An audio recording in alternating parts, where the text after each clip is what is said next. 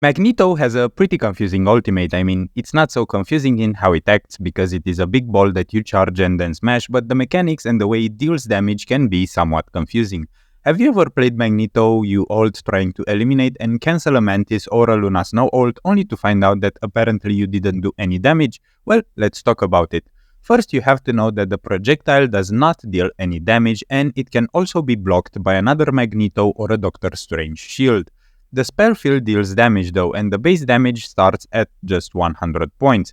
He can boost that damage in two ways, charging the ultimate in time and absorbing projectiles. I'll explain each one. Magneto can charge his ultimate and not release it immediately, and by charging his ultimate, the damage increases to 300 and the spell field expands from a radius of 5 meters to a radius of 8 meters. The time to fully charge the Meteor is 4 total seconds, so by default, if you charge the ultimate for 4 seconds, you get a base damage of 300. So that 100 damage increases to 300, and if you charge it for less, it is proportional. So if you charge it for 2 seconds, you get 200 base damage. That's simple and straightforward.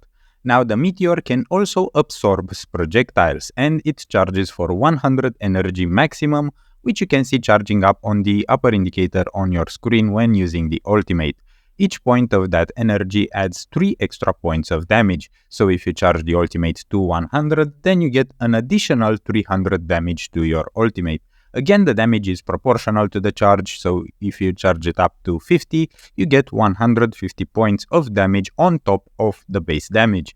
Using some complex mathematical operations, the maximum possible damage to Magneto's ultimate is 300 from the time charge of the base damage, plus 300 from the projectile charge, up to a total of 600.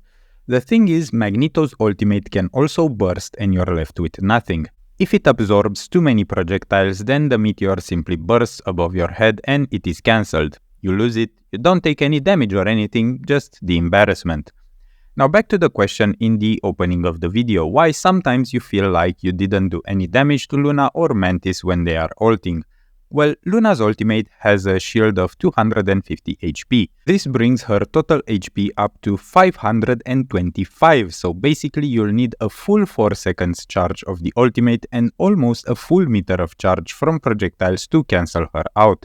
This is something you'll rarely, if ever, get right, so in my opinion, it is best not to waste your ultimate trying to cancel out Luna.